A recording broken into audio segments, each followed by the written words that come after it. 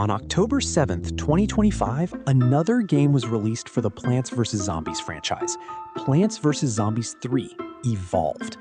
One of its biggest new features is the ability to fuse or combine different plants together. I wonder if they got the idea from PvZ fusion.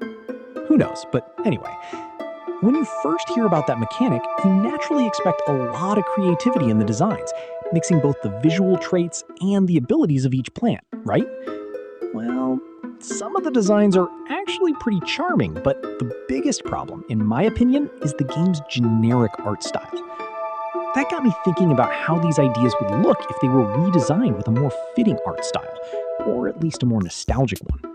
So today, I'm going to redraw two of these plants, keeping the good design ideas from PvZ 3 while giving them the classic visual style of the original Plants vs. Zombies. Let's start with Solar Pea. First, I gather some references for both the pea shooter and the sunflower, since those are the two plants being fused together. After that, I create the line art by closely following the original design, adding the sunflower's petals around the pea shooter's head. Overall, it's actually a pretty simple concept.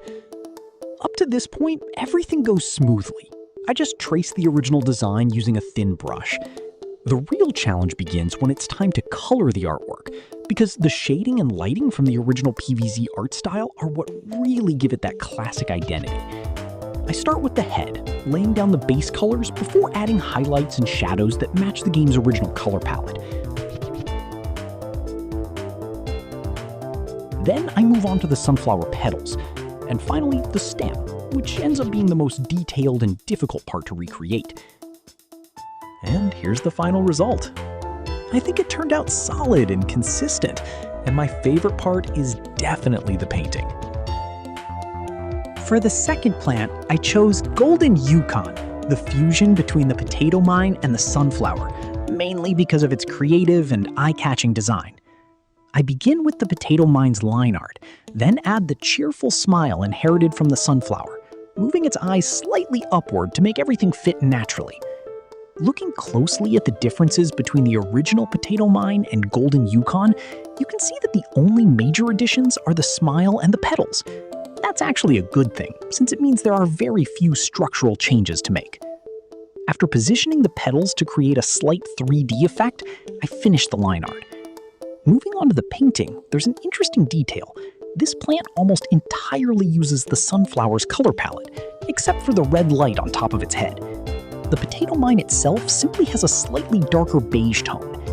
I recreate the shading as faithfully as possible, then paint the petals while emphasizing their depth.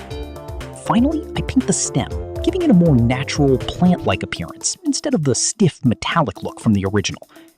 And here's the final result. I'm really happy that I managed to keep the plant's slightly goofy personality while also preserving the original sunflower elements.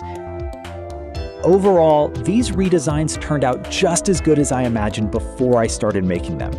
Now I can't help but wonder what all the other fused plants would look like in the classic PvZ art style. Thanks so much for watching the video all the way to the end.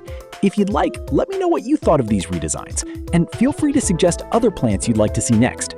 Thanks again for watching, and I'll see you in the next one. Bye!